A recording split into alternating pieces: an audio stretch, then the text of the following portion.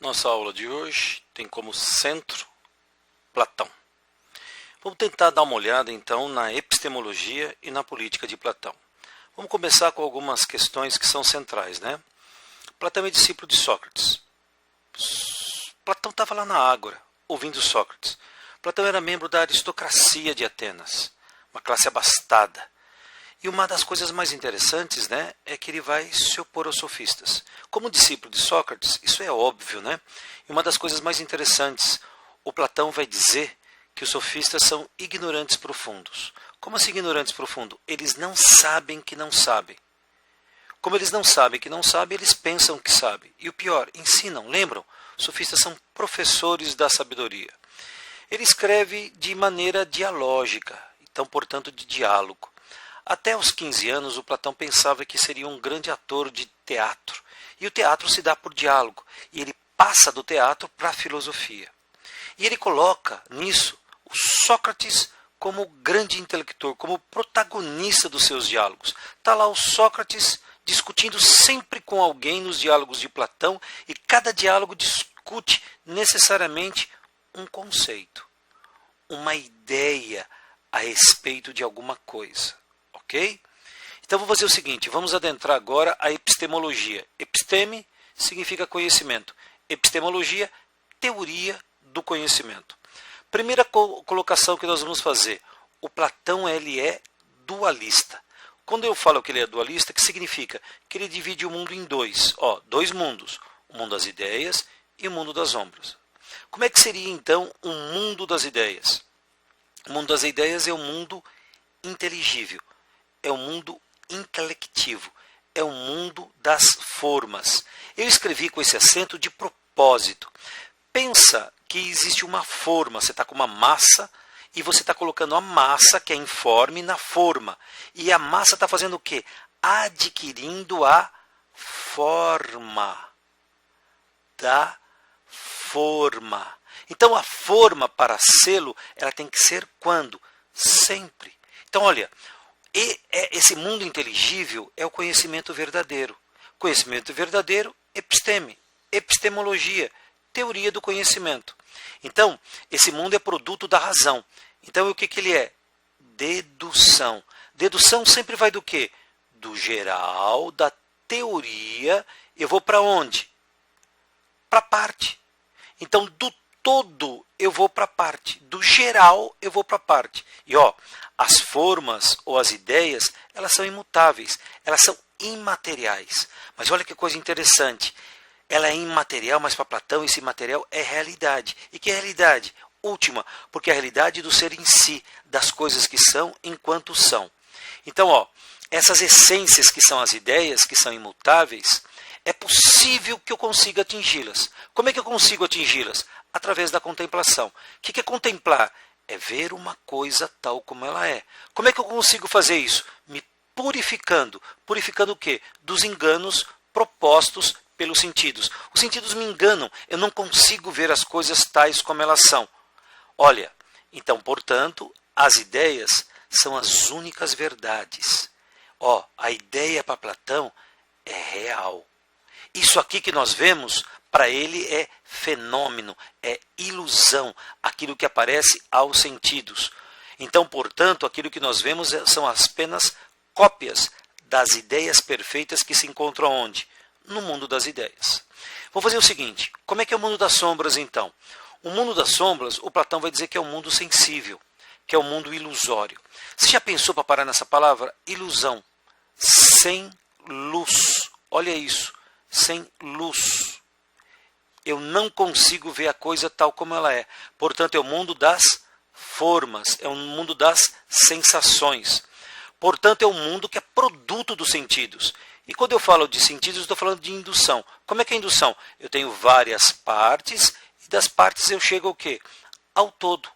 Portanto, é um mundo da opinião, é um mundo da doxa.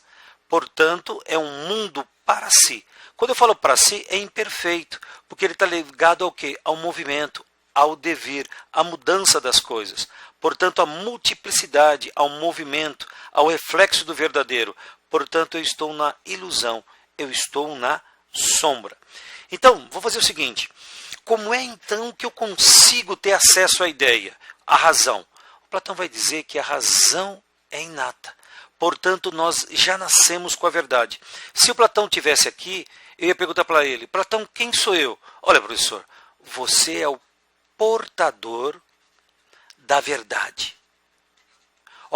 E não é uma verdade, é a verdade. O que significa isso? Que nós nascemos com a verdade, nascemos com as ideias. Portanto, elas já estão o quê?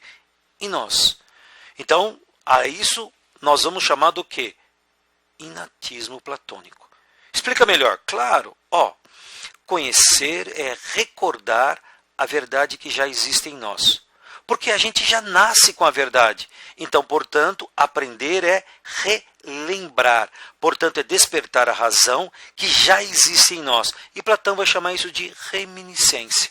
Aprender é relembrar. Então, você já sabe que Platão é dualista, que Platão é inatista, e ele trabalha com a ideia de reminiscência, que aprender é relembrar. Então, portanto, eu estou ensinando alguma coisa para vocês? Não, eu já estou relembrando o que vocês já sabem. E vocês estão percebendo que eu só estou trabalhando com razão? Vocês estão percebendo, então, que a gente está trabalhando fundamentalmente com a razão. E a aula está ficando muito complicada, mas vamos dar um jeito nisso. Quando a teoria em Platão fica muito complicada, o Platão se apropria daquilo que eu vou chamar de alegoria. E aqui nós estamos diante da alegoria da caverna. Quando eu falo alegoria da caverna, o que eu quero dizer com isso? Pessoal, vocês estão percebendo aqui já o dualismo platônico? Olha, dois mundos. Aqui está o mundo da caverna e aqui está o mundo da luz. Então, está o dualismo aqui. Agora, olha só a alegoria que ele faz. Ele coloca um grupo de prisioneiros, presos desde a terra infância, no fundo de uma caverna. Transeuntes que passam com determinados objetos, que tem bate a luz e o reflexo deles no fundo da caverna. Esse fogo aceso intermitente. Vamos supor que um desses prisioneiros faça o quê? Ele se liberte. As amarras, os grilhões caiam. E ele vai saindo aos poucos da caverna até que ele contemple a luz verdadeira. E o mais interessante disso tudo, ao contemplar, o que ele faz? Ele retorna para a caverna para tentar libertar os amigos que ali estão correntados. Mas essa alegoria, essa metáfora da epistemologia platônica, ela é vista da seguinte maneira. Olha só, o que é o fogo projetado nas sombras da parede? É o reflexo da luz verdadeira. Quem são os homens acorrentados, os prisioneiros? Somos nós. Mas o que nos prende? O que são os grilhões? Os grilhões são os preconceitos, a confiança nos sentidos, as paixões, as opiniões. Quem quebra os grilhões? A dialética. Calma, não é aquela de Heráclito. Ele vê de uma outra maneira. O que é o prisioneiro que escapa? O filósofo. Quem é o prisioneiro que retorna? Gente, é Sócrates. Por isso que ele é assassinado. Porque ele quer necessariamente fazer o quê? Fazer com que as pessoas vejam com os seus próprios olhos. A luz da fogueira, né? Depois a luz plena do ser. E o que liberta os prisioneiros é o diálogo filosófico. E o instrumento que quebra os grilhões é o esforço da alma para se libertar-se, portanto, para buscar a verdade. Então, vou fazer o seguinte, o mito da caverna, ele vai trazer aquilo que eu vou chamar de dialética. Primeiro eu tenho o quê? A opinião, que é uma tese. Ela nasce da percepção e da aparência das coisas. Só que essa opinião, eu vou colocá-la contra quem? A antítese, uma antitese. Eu vou negar a tese. Portanto, a purificação dos erros e dos equívocos do sentido. E por último eu tenho o quê? A síntese, síntese, que são o quê? As ideias, o mundo inteligível, o mundo do ser, o mundo imutável e eterno, da justiça, coragem e sabedoria. Então, olha só, a alegoria da caverna ilustra os 4 graus de conhecimento pressupostos na teoria de Platão. Vamos ver os 4 graus. Primeiro, você está preso lá. Então, você está na arte, que é sombras e imagem. Pessoal, Platão coloca para correr todos os artistas, porque os artistas faziam uma cópia da cópia. Portanto, eles trabalham com algo que não é nem possível de ser chamado de conhecimento. A filodoxia, o que é isso? O amor à opinião. Mesmo eu tendo acesso aos objetos sensíveis, eu não tenho acesso ao conhecimento verdadeiro. Depois eu entro a matemática, que vai fazer a ponte entre os objetos e as coisas em si mesmas. Como assim? Olha, eu vou falar agora em círculo. Então o que acontece? Vem a imagem de círculo, que está onde? Que está aqui. Mas o que é círculo? Círculo é uma figura com o centro dado e centenas de pontos equidistantes do centro dado. Onde é que está? Aqui, na dianoia, que é o pensamento discursivo, que é então o pensamento que vai se aproximar do quê? Das formas. Basicamente seriam essa a ideia. E por último, o que eu tenho? A filosofia, a noesis, a intuição intelectual, conhecer a coisa tal como ela é, através do intelecto, portanto, da essência. Vamos então fazer uma síntese da teoria do conhecimento, isto é, da epistemologia platônica. Vamos fazer mais ou menos o seguinte dado. Olha, para Platão a realidade pode ser percebida de duas formas. Isto é, pela razão, que vai trazer o conhecimento verdadeiro, que é a episteme, e pelos sentidos, que vai trazer o quê? Que vai produzir opiniões, que é a doxa. Perceberam então a epistemologia platônica. Vamos dar uma olhada agora na política. Pessoal, aqui está o fundamento da filosofia política de Platão. Os seres humanos e a polis,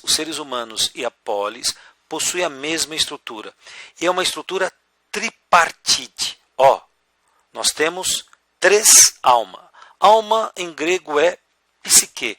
Psique significa princípio de atividade. Do latim, anima, aquilo que te anima. Então nós temos uma alma desejante que busca a satisfação do corpo, a irascível colérica que defende o corpo, reage à dor, e a racional que se dedica ao conhecimento.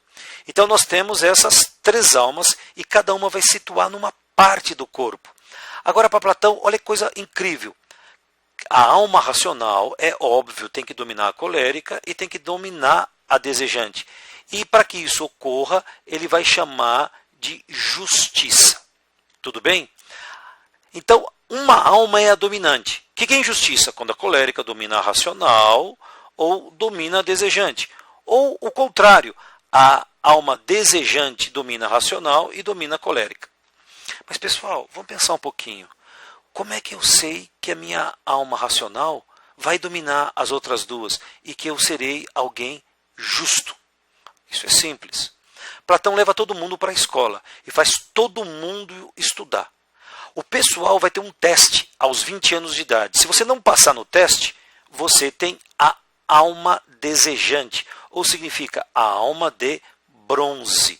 O que você vai ser na polis? Você vai manter a polis, certo? Vai ser comerciante, agricultor. Se você passar no teste, você continua estudando até os 30 anos. Lá tem outro teste. Se você não passar, a sua alma é colérica. O que é alma colérica? É a alma de prata. O que você vai fazer? Você vai ser militar, você vai defender a polis. E por último, você vai estudar até os 50 anos, vai aprender a arte do diálogo a 2, que é a filosofia. O que você vai ter então? A alma de ouro. O que você vai se tornar? O governante da polis. Então, fundamentalmente, a estrutura tripartite vai formar então 3 classes sociais. A classe econômica, dos proprietários de terra e dos artesãos, que é a de bronze. E depois nós temos quem?